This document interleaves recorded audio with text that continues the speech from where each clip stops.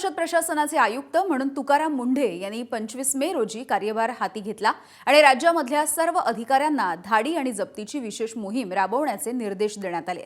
अवघ्या 3च दिवसांमध्ये तुकाराम मुंढे यांच्या आदेशानुसार अन्न सुरक्षा अधिकाऱ्यांनी राज्यामधल्या वेगवेगळ्या भागांमध्ये मोठ्या प्रमाणावरती छापे टाकले। प्रतिबंधित असणारा गुटखा, सुगंधित तंबाखू, भेसळयुक्त दूध, नियमबाह्य पद्धतीचे खाद्यपदार्थ, असुरक्षित उत्पादनाची प्रक्रिया आणि दिशाभूल करणारे पॅकिंग या सगळ्याच्या विरोधात कठोर कारवाई सध्या झालेली आहे। 3 दिवसांमध्ये 53 ठिकाणी धाडी टाकण्यात आल्या, 34 ठिकाणी कारवाई झाली, तर एकूणच 33 जणांना अटकही करण्यात आली आहे। 5 वाहनं जप्त करण्यात आली आणि 27 आस्थापनं ही सील देखील करण्यात आलेली आहेत। तर ही कारवाई नेमकी कशी झालेली आहे आपण जाणून घेऊया।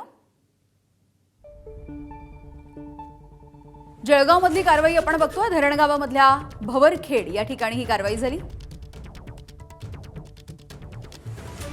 17,500 रुपयांचे 266 लिटर दूध यासह 7 लिटर पाम तेल नष्ट करण्यात आलं। 2000 लिटरपेक्षा अधिकचं भेसळयुक्त दूध देखील नष्ट करण्यात आलं।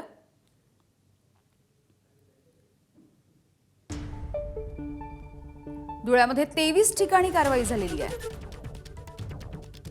श्रीकृष्ण ट्रेडिंग इथे अस्वच्छ वातावरणामध्ये बेसन तयार केलं जात होतं। बेसनाचा तब्बल 1,40,00,000 रुपयांचा साठा जप्त करण्यात आलाय।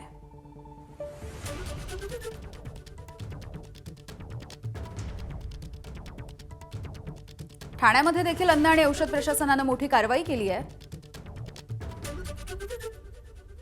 तब्बल 7,30,000 रुपयांपेक्षा अधिकचा साठा ठाण्यामधून जप्त करण्यात आला।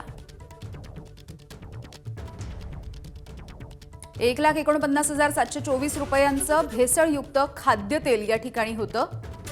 या साठ्यावरती देखील कारवाई करण्यात आली। 93,830 रुपयाचं भेसळयुक्त फरसाण या ठिकाणी सापडलेलं आहे।